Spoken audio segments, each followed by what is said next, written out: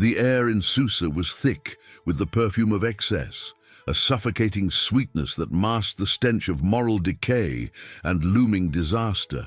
The Persian Empire, a vast mosaic of nations ruled by the mercurial king Ahasuerus, was a realm defined by its immutable, yet arbitrary, laws. Within the towering walls of the palace, feasts of staggering opulence unfolded daily, a testament to a superficial power where the king's fleeting mood was the ultimate authority, and the cries of the marginalized were lost beneath the clinking of gold goblets. This was the stage, a glittering, tyrannical theater of power where the sacred had no voice, and where the vast majority believed that the destiny of man was solely dictated by the whims of human decree, utterly unaware of the quiet, unseen hand weaving the threads of history toward a purpose beyond their comprehension. It was a context of chilling crisis, where the entire existence of a scattered people hung precariously on the threads of political machinations and royal caprice. In the midst of this gilded cage, history was preparing its quiet instrument. Hadassah, a name that meant myrtle, humble, yet fragrant, was an orphaned Jewish girl, an exile far from the ancestral home of Jerusalem.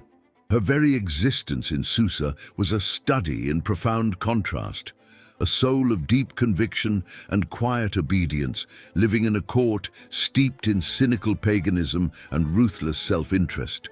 Unlike the powerful figures around her, she possessed no inherited title, no vast wealth, and no political pedigree. Her authority, when it finally manifested, would come solely from her sensitivity to the divine will and her unwavering fidelity to the unseen God of Israel. Her elevation, following the king's impulsive dismissal of Queen Vashti, was no mere stroke of luck, but a carefully orchestrated placement by a God who works best in the shadows, positioning his agents not based on their worldly strength, but on the purity of their hearts. The process of her ascent, cloaked in the worldly guise of a royal beauty contest, was deeply humiliating and yet strategically essential. Esther, her Persian name, meaning star, a brilliant light hidden in the night, was compelled to navigate a world that prized external beauty and political savvy above all else, keeping her true identity a guarded secret under the strict counsel of her cousin, Mordecai. This clandestine profile was her initial strength and protection. It allowed her to move within the inner circles of Susa, a silent witness to the court's depravity, yet untainted by its corruption. This young woman, stripped of her heritage's visible markers and thrust into the lap of absolute power, embodied the paradox of divine strategy, the seemingly powerless vessel chosen to execute the most vital mandate. Her humble origin amplified the magnitude of the task ahead, demonstrating that God chooses the unlikely to confound the proud. Her placement as the queen was not an end, but a beginning, setting the stage for the true crisis. The opulence of the royal palace, once a refuge, now became a prison, separating her physically and emotionally from her people, but her isolation was the necessary prelude to her intercession. She was positioned at the very fulcrum of imperial power, the sole Jewish voice within the chamber of the king, entirely alone yet supremely relevant. Her destiny was not merely to wear a crown, but to wield her influence as a shield, the weight of her secret, and the silent realization that the entire future of her people depended on her courage, began to press down upon her, transforming the soft-spoken orphan into a figure of inevitable and consequential resolve, preparing her heart for a sacrificial act that would determine the survival of her entire lineage. Before we continue with the narrative of the queen who faced death to save her people, we kindly ask for a moment of your time. If this story of hidden providence and ultimate courage resonates with your spirit, please consider subscribing to our channel and sharing your thoughts. We are compiling a global tapestry of believers seeking depth and truth, Let us know in the comments below what city you are watching from and join our community in seeking out the subtle hand of God in the grand tapestry of life. Behind the divine call upon Esther did not arrive in a flash of lightning or a booming voice from a mountain, but through the sober and urgent plea of her guardian, Mordecai. The message was brought not through a supernatural vision, but through the stark, visible terror of a man clothed in sackcloth, mourning loudly outside the palace gates. Mordecai revealed the terrifying decree, sealed with the king's ring, a calculated, empire-wide plot orchestrated by the king's chief minister, Haman, to annihilate every Jew, man, woman, and child on a single, designated day. This was the true moment of calling, not the moment she received the crown, but the moment she realized that the crown was a weapon God intended her to use. The revelation was a cold, brutal intrusion into her life of guarded privilege, demanding a response that would transform her from a sheltered queen into a courageous warrior. The comfort of her royal status instantly evaporated, replaced by the profound existential tension of her dual identity. A queen of Persia, yet fundamentally an endangered daughter of Israel. The sheer audacity and ruthlessness of the opposition, embodied by Haman, magnified the peril. Haman was a study in toxic, unrestrained ego, a man whose pride demanded absolute, universal subservience. His hatred for the Jews, initially kindled by Mordecai's refusal to bow, quickly ballooned into a genocidal vendetta, using the ancient hatreds and the king's malleable authority as his tools. The spiritual conflict was palpable. The evil of Haman was not merely political, but deeply satanic, seeking to destroy the very vessel through which the Messiah was promised to come. The king's irrevocable law, which forbade anyone from entering his inner court unsummoned, a transgression punishable by immediate death, stood as the insurmountable obstacle. A physical barrier of stone and decree guarding the life-saving intervention Esther needed to make. This false security of the established system, the very law and authority that seemed to guarantee the empire's order, was now revealed as the most lethal threat to God's people. The message of God, delivered through the horrifying reality of the decree, directly confronted the false security of Esther's position. Mordecai's final, desperate communication to Esther became the theological and moral compass for the entire crisis, a blistering indictment of passive privilege. He didn't just relate the facts of the decree, he delivered a stinging prophecy wrapped in a profound interrogation. He warned her that her elevated position would offer no personal sanctuary, stating with chilling certainty that if she remained silent, "Our deliverance will arise for the Jews from another place, but she and her father's house would surely perish." This was the denunciation, a challenge to the sin of self-preservation at the cost of communal salvation. The contrast was stark. The glittering, superficial safety of the palace versus the absolute, moral imperative to act, exposing the emptiness of her crown if it was not used for the sake of the just. It was, in this exchange, at the apex of fear and self-interest, that there was forged a timeless mandate that transcends the dusty annals of history. Who knows whether you have come to the royal position for such a time as this? This was not a gentle suggestion, it was a cosmic challenge, a revelation of the divine intent behind her seemingly accidental rise. Mordecai was effectively tearing away the veil of coincidence, declaring that her queenly status was not a personal achievement, but a divine assignment. A singular moment in the long march of human history for which she was uniquely and purposefully prepared. The phrase denounced the easy assumption that influence is a privilege to be enjoyed, reframing it as a perilous yet indispensable responsibility to be executed. The true meaning of this urgent inquiry was the exposure of the hidden hand of God, even when his name is never explicitly mentioned in the narrative. Mordecai's rhetorical question implied absolute sovereignty. God placed her there. Her identity as queen was the very tool ordained by heaven to thwart the plans of hell. Therefore, inaction was not merely cowardice, it was an act of profound spiritual rebellion, a refusal to steward the gift of influence entrusted to her. The king's crown, fashioned by human hands, was, in reality, a divine burden, and the moment had arrived for her to acknowledge the true king who had placed it upon her head. To embrace the crown was to embrace the death inherent in the confrontation. The urgency of the moment demanded an immediate, life-altering commitment, a spiritual act that superseded all palace laws. Esther's initial reaction was fear, a natural human response to the threat of immediate execution should the king not extend his golden scepter. This fear represented the immense gravitational pull of self-preservation, the temptation to rely on the rules of the system instead of the boldness of faith. It was the moment of decision between temporal safety and eternal purpose.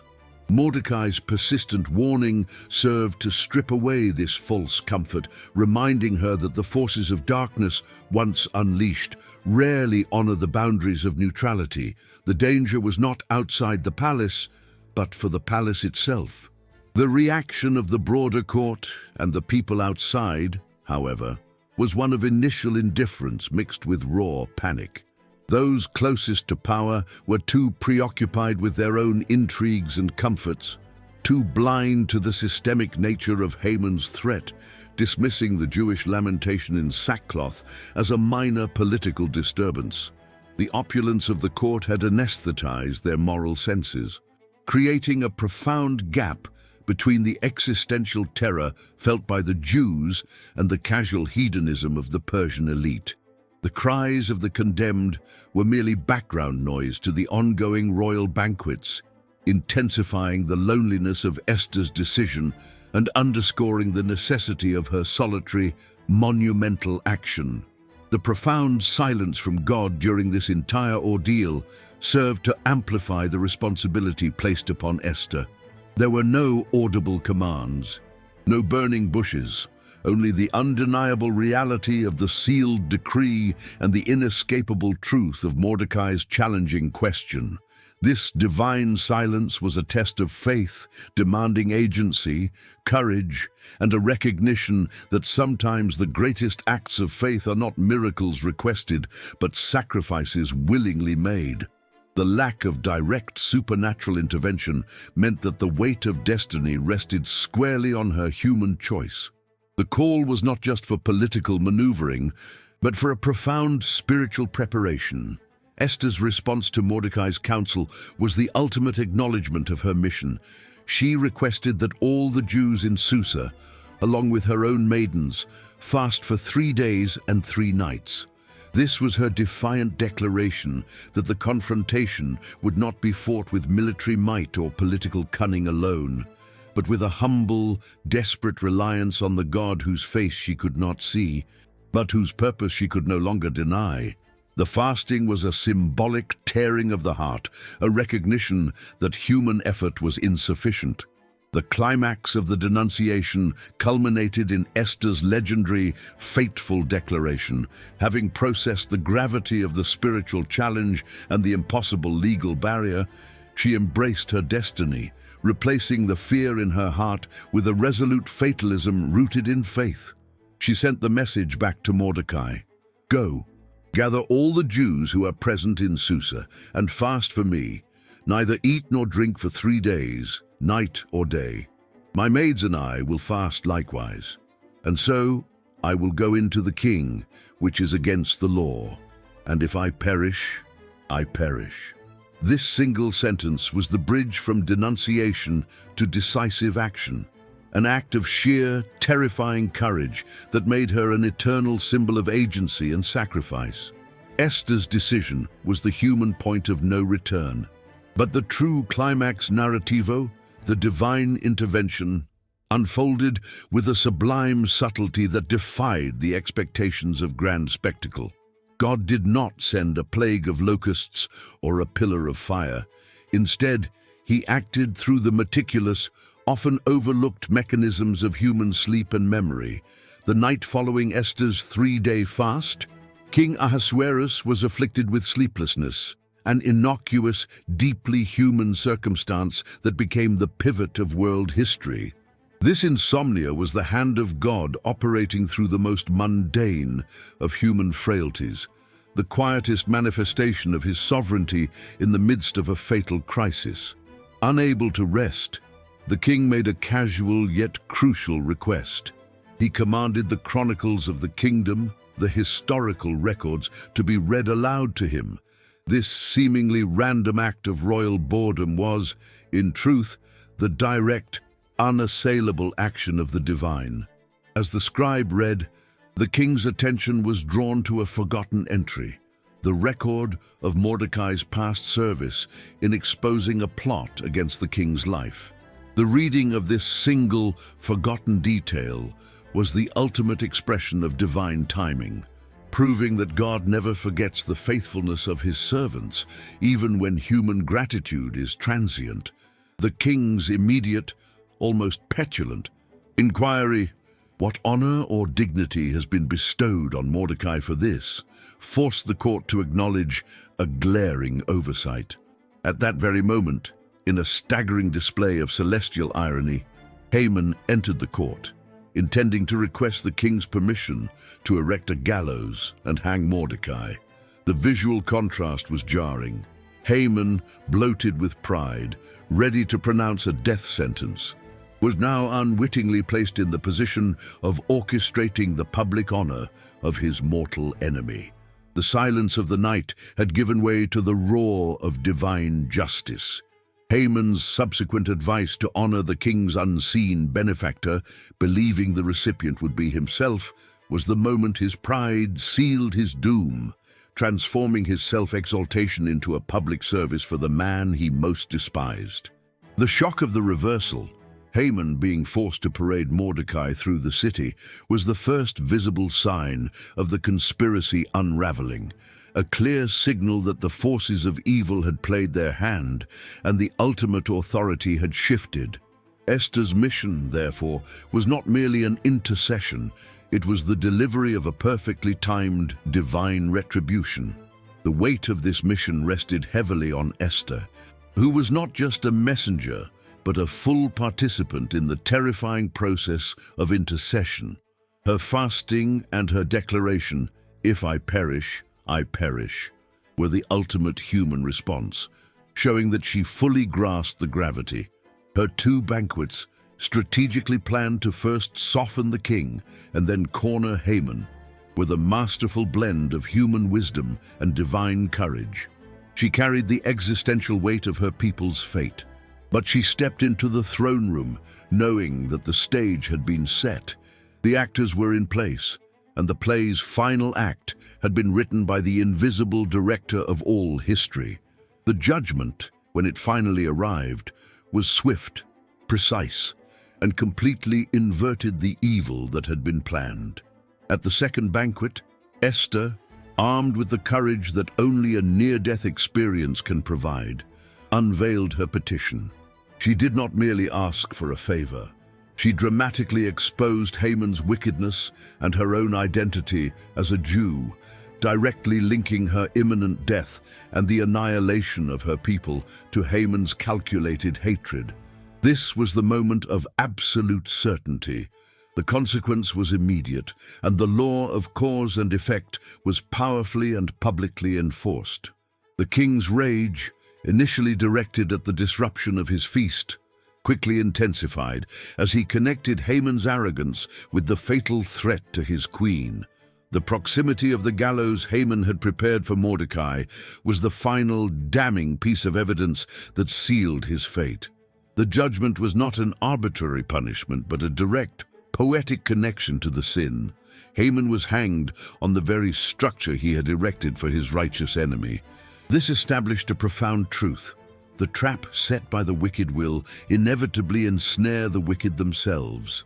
The destruction of Edom, the perpetual enemy of Israel, of which Haman was a descendant, was executed through the machinery of the Persian court, proving that no human power, no matter how great, can ultimately thwart the divine plan for his people.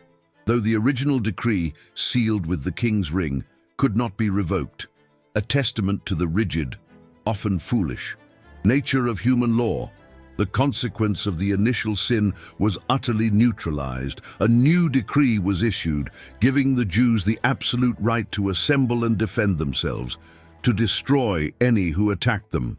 This ensured their survival and reversed the anticipated terror into a glorious victory. The certainty of the judgment was confirmed not just by the death of the villain, but by the systemic reversal of his entire wicked plot. A powerful demonstration that God's justice is not merely punitive, but redemptive and entirely thorough in its execution.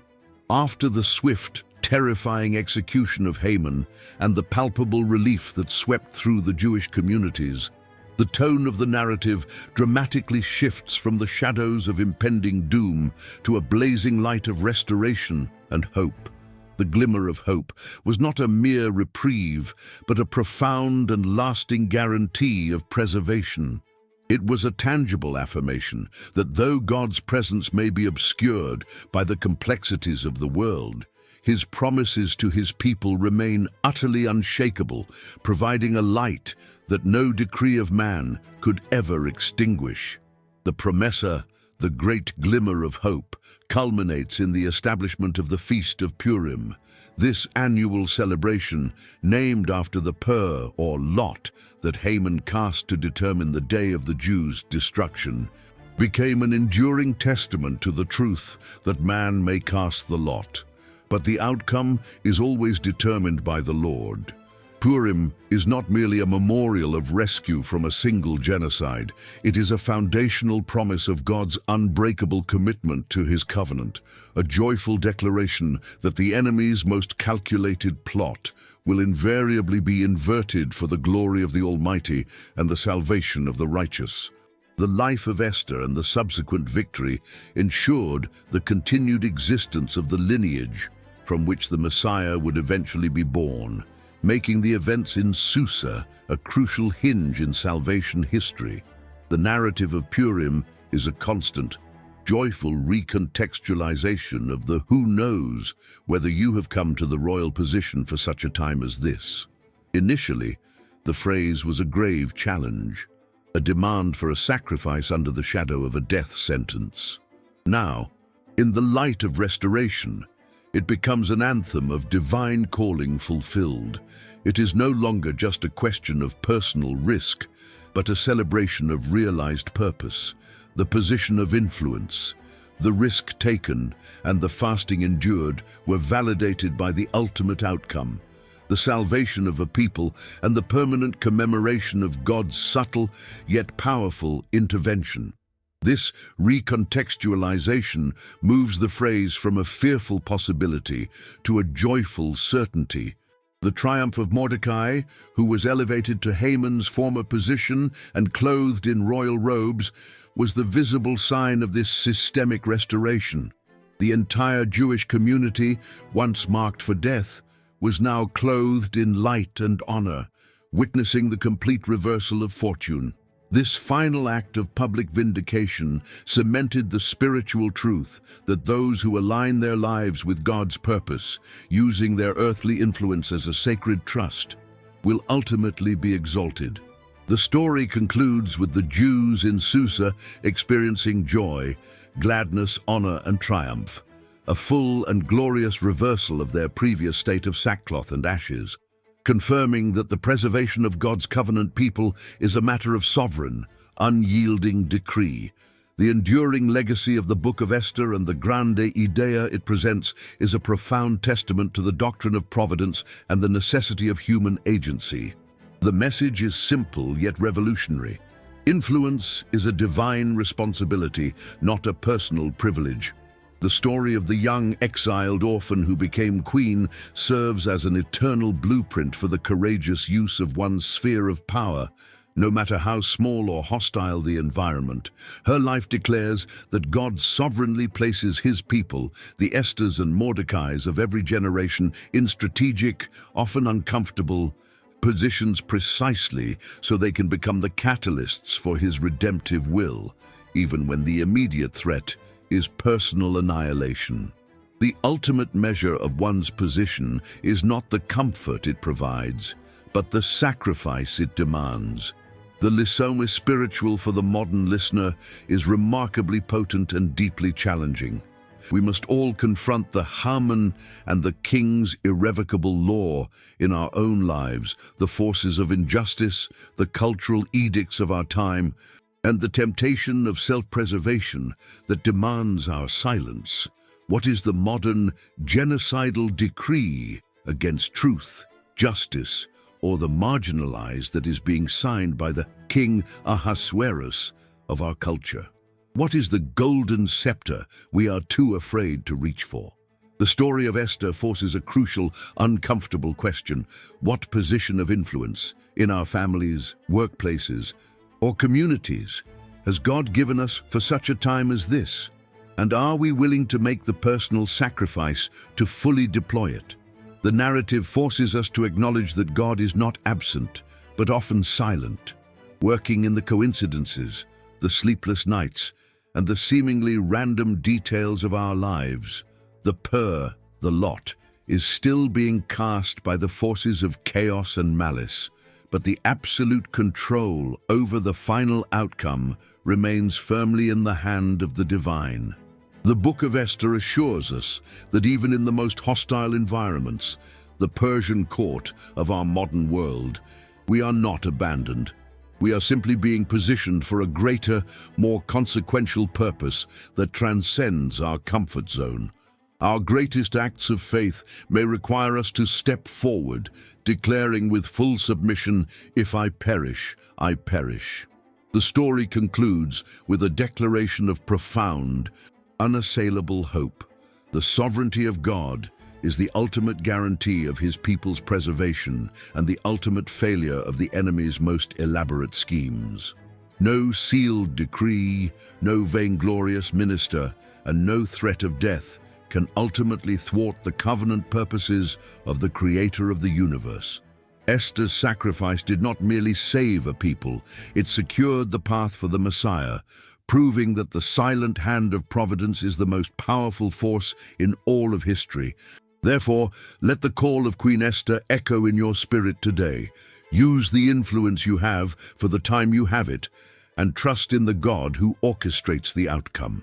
If this message of justice, sovereign providence, and the courageous responsibility of influence has touched your heart and stirred your spirit, we invite you to take action. Like this video, to help this vital message of faith reach others facing their own Haman. Share this story with someone who needs to be reminded that their current position is a divine assignment. And if you have not yet done so, please subscribe to our channel to join our community as we continue to explore the dramatic, life-altering truths found in the enduring narratives of Scripture.